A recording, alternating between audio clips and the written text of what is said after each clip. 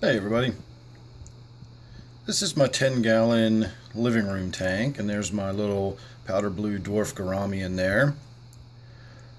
About a week ago I noticed one of my cory cats in here. I had two of these peppered cories. One of them was swimming up near the surface and looked like it was in a great deal of distress, and so I decided I needed to do a big water change. And I got a little carried away, and I did about a 75% water change, did a really big water change on the tank. And the next day, my little powder blue here was lying on the bottom, panting and gasping for breath.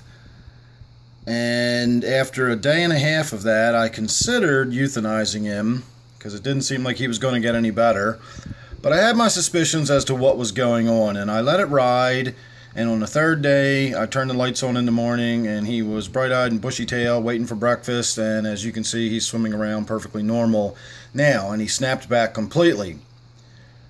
So what I think happened had to do with nitrates, and that involves both with the cory cat and with this powder blue. But I don't think it's necessarily why you think, it's why I think it has to do with nitrates. So let us adjourn to the fish room. I'll set up the tripod so that I can worry more about what I'm saying rather than my camera work. And we'll have a nice long chat about everything I can possibly think of that I know about nitrates. And I will explain exactly what I mean about why I think nitrates were responsible for the distress in this gourami and the ultimate death of my peppered cory.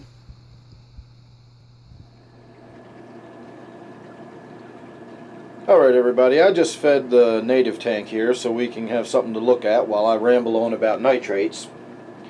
I won't get into too much about what nitrates actually are because I'm not a chemist and it doesn't mean a whole lot to me, but it's one nitrogen atom and it's 3 oxygen atoms. It gives you an NO3 designation, and that's nitrate. Again, that doesn't mean a lot to me. If you do knock an oxygen atom off and it becomes NO2, that is now nitrite. And that has a slightly different physiological impact. Now, there's not a lot of research out there as to how nitrates affect fish. There really isn't. There's tons of research out there, however, as to how nitrates affect people. So, we're going to start by discussing how nitrates affect us. And then we're going to move into fish because it's actually not that big of a leap. So first of all, most people tend to think about nitrates in our diet coming from processed meat. That's, regularly gets a bad rap for having a lot of nitrates in it. And it does have nitrates in it. It comes from the preservatives. Back in the old days, we used to use just regular old salt, sodium chloride, and we would salt our meat to preserve it. Now we inject it with sodium nitrate or sodium nitrite, and that is the same sort of preservatory effect. However, the vast majority of nitrate intake in our diet comes from vegetables. And if you think about it for a few minutes, this makes perfect sense. What do we give our plants? We give them nitrogen. If you look at the fertilizer package, it's got those 3 numbers on the front, the NPK number. Well, the N is nitrate. It's nitrogen compounds. I live out here in the country. In the springtime, you can tell it's spring because the air smells oh so lovely, and it's because the farmers are out there throwing what I will generously call nitrates all over the ground. It stinks to high heaven, but it gives us sweet, delicious corn and nice bright green veggies. We need lots and lots of nitrates. So we're ingesting all these nitrates. What do they do to us? Well, they help with our blood flow. High performance and long endurance athletes load up on nitrates before performing because it actually gives them about a 5% higher endurance level. It gives them about a 7% better oxygen transportation in their blood.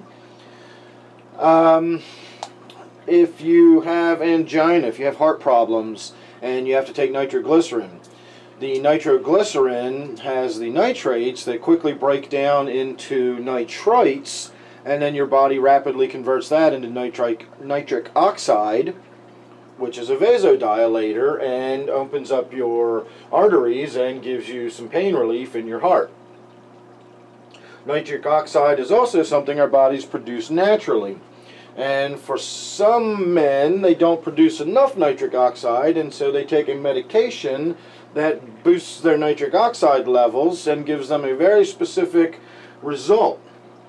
So men that eat lots and lots of vegetable material, lots and lots of arugula, lots and lots of beetroot juice, have very, very much more nitric oxide in their body than men that just eat lots of meat and stuff like that, unless of course it's a lot of processed meat. But even then, you're still not coming anywhere near the amount of nitrates and nitrites you get when you eat vegetables.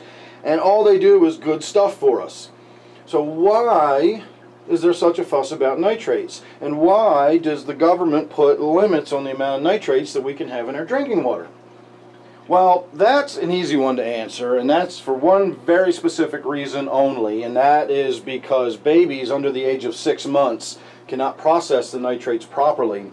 And I don't know the exact mechanism, but somehow that nitrate becomes nitrite, which bonds to the hemoglobin in their blood, thus blocking that blood cell from being able to transport oxygen, and you can get what is known as blue baby syndrome, and it is oxygen deprivation, and obviously if it's bad enough it can be very unpleasant and very bad. After the age of 6 months though, we develop whatever it is that allows us to process, I don't know if it's a protein or whatever, but it allows us to process the nitrates, and boom, we're done. But because we don't know who's going to be drinking our water, they set limits on the amount of nitrates. On that note, a word of caution to anybody that is thinking about making their own baby food by pureeing vegetables or whatever, do your research. Commercially manufactured baby foods that are pureed vegetables have the nitrates removed from them. They're not just pureed vegetables. It will be way, way too much nitrates for infants under the age of 6 months. Again, I don't know when you get them on baby food, but do your research. You don't want babies having nitrates. So that's the only reason nitrates are limited in our drinking water, and that's the only real time in our lives when nitrates themselves are bad for us.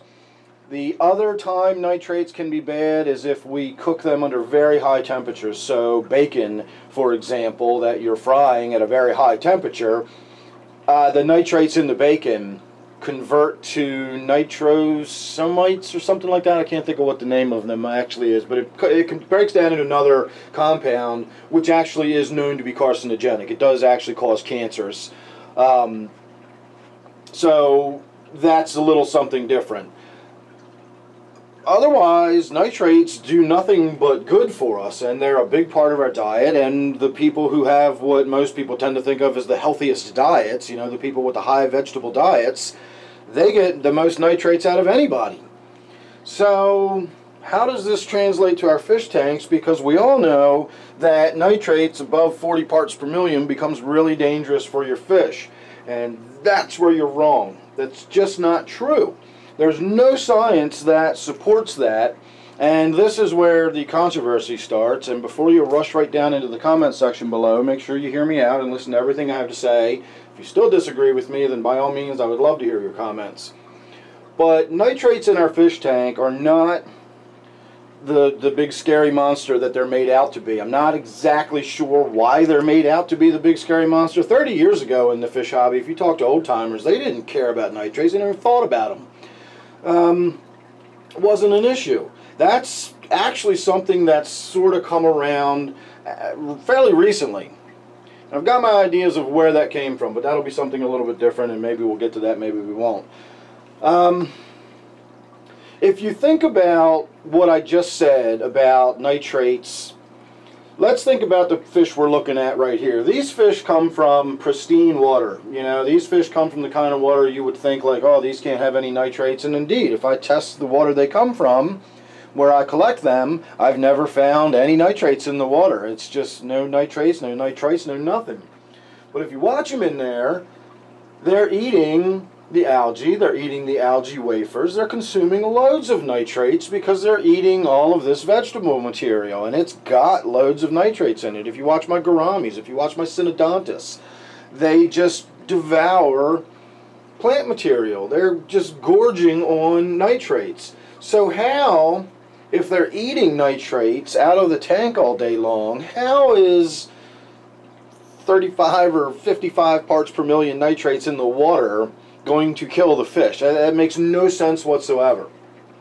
There's no science that supports the nitrates themselves are bad for fish. I will get into some aspects of nitrates that I think may affect fish negatively as I go on. When I first started keeping fish, I followed the same rule that everybody says, and I think that's kind of what happens, is everybody just hears that from everybody, and that becomes the rule of thumb, and well, everybody said it, it must be true. Why would everybody say it if it's not true? That kind of stuff happens a lot, but it's just not true. There's just no science out there that supports it. If you know some science out there that supports it, if you've seen a study, if you've got some research, by all means, let me know. Send me a link or something. But believe me, I know the difference between junk science and real science, and that's where I get into a little bit of question. The only research I've been able to find on nitrates in fish and how it affects their health were not for the aquarium hobby, because there's just no money in that. It's for the aquaculture hobby, industry, sorry, where there's a lot of money involved in that. Growing fish for food and growing fish for release, tons of money involved in that. So they're willing to do research to find out what harms these fish, what kills them, what makes them breed faster or slower, or what have you. And nitrates have been studied in that regard a little bit. I found a half dozen studies maybe, and I was a little, I'm not quite sure how much faith I put in their findings. Some of the findings were so minimal that to me they seemed like they would have fallen into just a normal fluctuation from one year to the next when they were testing fecundity rates. Some of the studies that were done on Gambusia, which is a native fish around here. It's a mosquito fish. It's a close relative to the guppy. It's like a wild guppy, you could say, although I know guppies do come from the wild. But at any rate, I went out and collected some Gambusia, and I did not run controlled scientific experiments. I always say that. It's just me tinkering. But I tinkered by letting the nitrates in this tank just go through the roof. I just never did a water change on this tank for months. And I fed the crap out of it. And like the vial of nitrate, when I tested, was bright red for months. And I never lost a fish out of that tank. I never had issues with it. Yet one of the studies I read said that fish were dying within 72 hours when they got them up to the levels of nitrates. First of all, they were cranking them up to anywhere from 400 to 1,000 parts per million nitrates. Secondly, they were doing this all at once. They weren't allowing the nitrates to build up the way they would in a fish tank, and I can't imagine how you could get nitrates to build up to 300 parts per million in a fish tank. But building up to that is still very different than being slammed into that and you stirred in with a teaspoon, you know. And moreover, they used sodium nitrate as their source of nitrates. And they didn't account for the fact that they were putting sodium in the tank at the same time they were putting the nitrates in the tank. When your nitrogen cycle is producing nitrate as the end result of the ammonia that's being produced, it's not sodium nitrate, it's just nitrate in your tank. So you can't put 500 parts per million sodium nitrate in the tank and say, oh, well, the nitrates had this effect without accounting for the sodium that you put in there. So to me, the methodology in that study was flawed right from the beginning. They sort of even admitted that they didn't really have a better option, so that's what they did. Another study that used a similar method came up with a difference in fecundity rate that they themselves admitted would have fallen within a normal fluctuation from one year to the next, depending on rainfall, temperature, etc. Again, there's no real science that supports this stuff. They can't ever say, well, this is why the nitrates did it. It had this impact, or it had that impact, or it affected its liver, or it affected its blood carrying capacity. Like, there's nothing. There's nothing that you can find that says this is what nitrates do and this is why nitrates hurt fish. The only fish I know of that are hypersensitive to nitrates are fish that are also very soft water fish. And this is where my powder blue comes in to play. There's something called nitrate shock, and I don't really believe that that's a thing. But there are some people out there that believe fervently in nitrate shock, and there's probably people that think my powder blue underwent nitrate shock. It probably did undergo osmotic shock, but that's not the same as nitrate shock. Nitrates account for permanent hardness in your tank. Hardness gets kind of weird. There's 4 different kinds of hardness. There's carbonate hardness, there's general hardness, there's permanent hardness, and there's temporary hardness. Permanent hardness and general hardness are not necessarily the same things, but they can be some of the same things. If you can boil the water and it gets out of it, it's temporary hardness, like carbonate. If it does not leave when you boil the water, like nitrates, then it counts for permanent hardness. But nitrates don't count for hardness in the sense of general hardness. If you do a water hardness test, it's not counting your nitrates. It's counting the magnesium and the calcium and a little bit of iron that might be in your water. And that's what determines your general hardness. Permanent hardness has more to do with the simple accumulation of total dissolved solids in your tank that will not be removed by boiling. So when you've got a fish that is hypersensitive to dissolved solids in the water because of osmoregulation, the discus, GBRs, cardinal tetras, fish that require really soft water, I don't believe it's so much that the nitrogen compounds themselves are having a big impact on the animal. I believe it is the accumulated dissolved solids in the water. And if you think about discus, for example, discus are voracious vegetable eaters. They tear up plants that you've got in your tank. That's what they do. They just eat plants all day, at least if my understanding of discus is correct. I've never kept them, but I've always understood discus to be good plant eaters. They're chowing down on nitrates all day. How can just a little bit of nitrates in the water impact them that severely when eating nitrates all day long has no impact on them? It's possible that it could, but I've never seen any science that supports it or even suggests it under really, really small levels like that. So I suspect in those cases it's got more to do with their osmoregulation and the permanent hardness of the water changing than it does anything else. And getting back to my powder blue, something similar, instead of undergoing nitrate shock, when I did that huge water change, I dropped the total dissolved solids in that tank by a huge amount. Now, a gourami is a kind of fish that can tolerate a wide range of water. It can be in fairly soft water, and it can be all the way up into very hard water. But you can't ping-pong it from one to the other. It has to adjust. When it's been in water that, and I'll grant you, neglect that tank upstairs a little bit, and the nitrates get up to elevated levels, my cories were suffering because I always have issues with those peppered cories in my water to begin with. I think they're a very soft water fish, and when the nitrates start getting high like that, they start suffering from issues. My powder blue gourami was fine because as those nitrates climbed, the fish adapted and they can tolerate very hard water, so all those nitrates in the water weren't bothering the gourami at all. When I did that huge water change, however, the gourami's internal cells had a specific gravity that was adapted to the higher dissolved solids in the water, and then I suddenly just, boom, you know, I cut that in half all of a sudden, and so now the gourami is out of whack. It's suddenly in much softer water than what the inside of its body is, and what's going to happen in those circumstances is it's going to rapidly dehydrate the fish.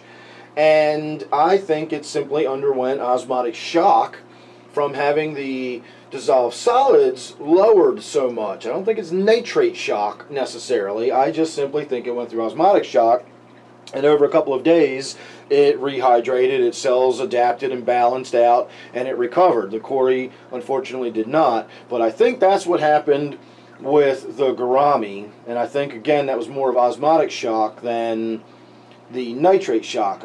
I don't see it. I don't see any science that supports it. And when you start thinking about nitrates and where they come from, and you think about the amount of nitrates that are in the fish's diet, you know, we put plants in our tank for the purposes of taking nitrates out of it. It's no different than if you fertilize your plants with your NPK number and you're putting all that nitrogen on your plants. Same thing in your fish tank. We put them in there to draw the nitrates out. They don't magic them away. They're in the plant. So if you've got a kind of animal in there, like that tilapia right there, dead center in the screen, that thing spends all day eating the algae that is pulling the nitrates out of my tank.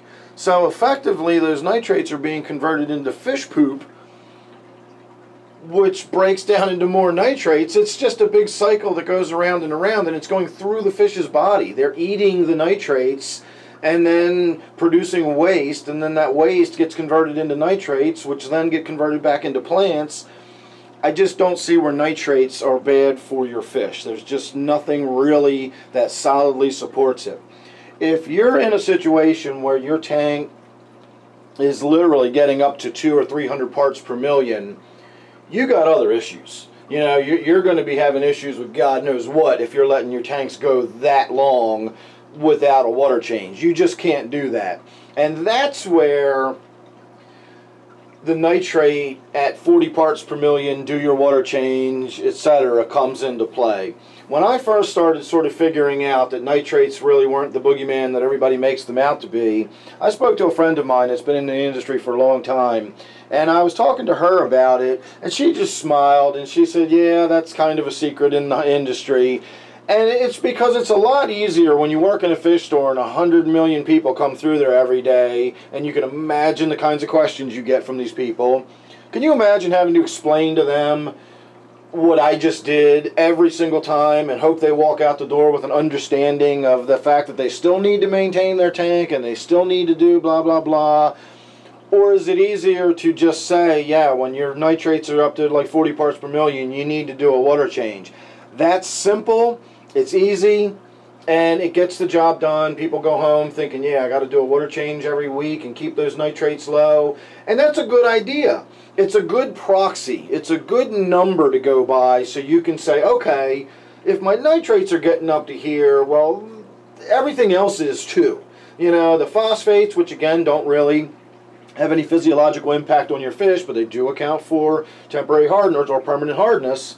You know, your phosphates are building up, the fish waste is building up, bacteria that might be growing in the tank is building up. It's just a good idea when you see that number start getting up there. Just do a fish, you know, just do a water change, do a gravel vac, get your tank cleaned up, and just stay on top of it.